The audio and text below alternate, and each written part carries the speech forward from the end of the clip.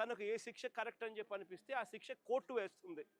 కానీ ఇక్కడ కోర్టు పాత్రను ఏకంగా వీళ్ళే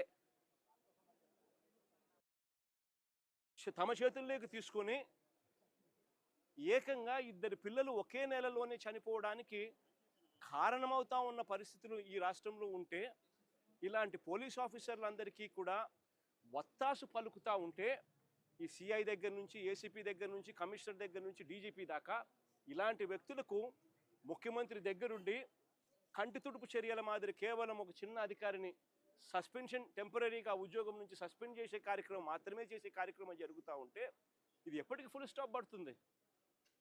ఇది ఫుల్ స్టాప్ పడాలి అని అంటే దీని మీద సిబిఐ ఎంక్వైరీ జరగాలి. ఎవరెవరు దీంట్లో ఇన్వాల్వ్ అయి ఉన్నారు అన్న సంగతులు బయటికి రావాలి. ఏకంగా ఒక పోలీస్ స్టేషన్ పరిధిలో ఇద్దరు చావులకు కారణమైతే ఆ పోలీసుల మీద మీరు ఎందుకు యాక్షన్ తీసుకోవడంలో ఇంత డిలే జరిగింది?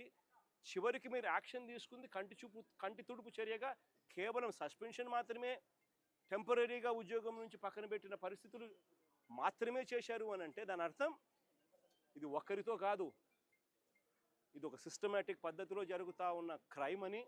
ఈ క్రైమ్లో ఒకరు కాదు, ఒక సిఐ ఒకడే కాదు, ఈ సిఐకి పైన ఏసీపీ, ఏసీపీకి పైన కమిషనర్, కమిషనర్ పైన చివరికి డీజీపీ దాకా కూడా అందరూ ఇన్వాల్వ్ అయి ఉన్నారని కూడా ప్రస్ఫుటంగా కనిపిస్తూ ఉంది. కాబట్టి ఖచ్చితంగా సిబిఐ ఎంక్వైరీని ఖచ్చితంగా డిమాండ్ చేస్తూ ఉన్నాము. డిమాండ్ చేయడమే కాకుండా న్యాయ పోరాటంలో ఈ తల్లికి, ఆ చనిపోయిన ఇంకొక పిల్లాడి కుటుంబానికి న్యాయ పోరాటంలో వాళ్ళకు సంపూర్ణంగా తోడుగా వైఎస్ఆర్ కాంగ్రెస్ పార్టీ సంపూర్ణంగా వాళ్ళకు తోడుగా ఉంటుందని కూడా ఈ సందర్భంగా ఖచ్చితంగా తెలియజేస్తా ఉన్నాం.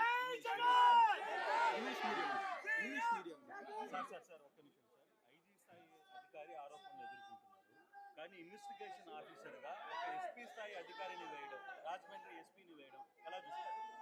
అసలు ఇదంతా ఎంత కంటి తుడుపు చర్య అని అంటే అసలు ఫస్ట్ ఆఫ్ ఆల్ యాక్షనే తీసుకోలేదు. యాక్షనే మే 9వ తారీఖు నుంచి మే నెలలోనే ఏకంగా రెండు మర్డర్ ఇన్సిడెంట్లు జరిగితే ఒకరు ఆత్మహత్య చేసుకోవడము, ఒకరు చనిపోవడము రెండు కనపడితే చివరికి ఈరోజు జూన్లో వచ్చిన తర్వాత బయటకు వచ్చిన తర్వాత కంటి తుడుపు చర్యగా కేవలం టెంపరీగా సస్పెన్షన్ మాత్రమే, అరెస్టులు కూడా చేయకుండా కేవలం టెంపరీగా సస్పెన్షన్ మాత్రమే చేస్తున్నారు అని అంటే దాని అర్థం ఏ రకంగా వీళ్ళంతా ఈ క్రైమును బయటికి రాకుండా మరోవైపున ఈ తల్లి దగ్గరికి, ఈ కుటుంబం దగ్గరికి పంచాయతీలు చేసి సర్దుబాటు చేసుకునే దానికోసం ఏకంగా రాయబారాలు నడుపుతూ బేరాలకు ఏకంగా పోలీసులకు సైతం ఇక్కడ తెలుగుదేశం పార్టీ, ఇక జనసేన పార్టీకి సంబంధించిన ఇన్ఛార్జీలు కూడా వచ్చి మాట్లాడుతూ ఉన్నారు అని అంటే ఎంత దారుణమైన పరిస్థితులు ఈ రాష్ట్రం ఉందనేది గమనించాలి. దీని మీద ఎంక్వైరీ అట కమిషనర్ అనే వ్యక్తి, డీజీపీ అనే వ్యక్తి ఇటువంటి వ్యక్తుల మీద పూర్తిగా ఇన్వాల్వ్ అయి ఉండి ఈ క్రైమ్ చేయించినారు అని చెప్పి కనిపిస్తూ ఉన్న పరిస్థితుల్లో ఒక ఎస్పీ స్థాయి అధికారిని వీళ్ళు, ఇంకొక ఐపీఎస్ ఆఫీసర్ ఎస్పీ స్థాయి అధికారిని వీళ్ళు ఎంక్వైరీ చేయడానికి కోసం బాధ్యత అప్పచెప్పినారంట. అంటే ఏ రకంగా వీళ్ళు దీన్ని లా అండ్ ఆర్డర్తో ఏ రకంగా చెలగాటలాడుతూ ఉన్నారు, ప్రజల ప్రాణాలతో వీళ్ళు ఏ రకంగా చెలగాటలాడుతూ ఉన్నారని చెప్పడానికి ఇది ఇంకొక నిదర్శనం. నేను ఒకటే చెప్తా ఉన్నాను, ఇది ఖచ్చితంగా సిబిఐ ఎంక్వైరీకి పోవాలి.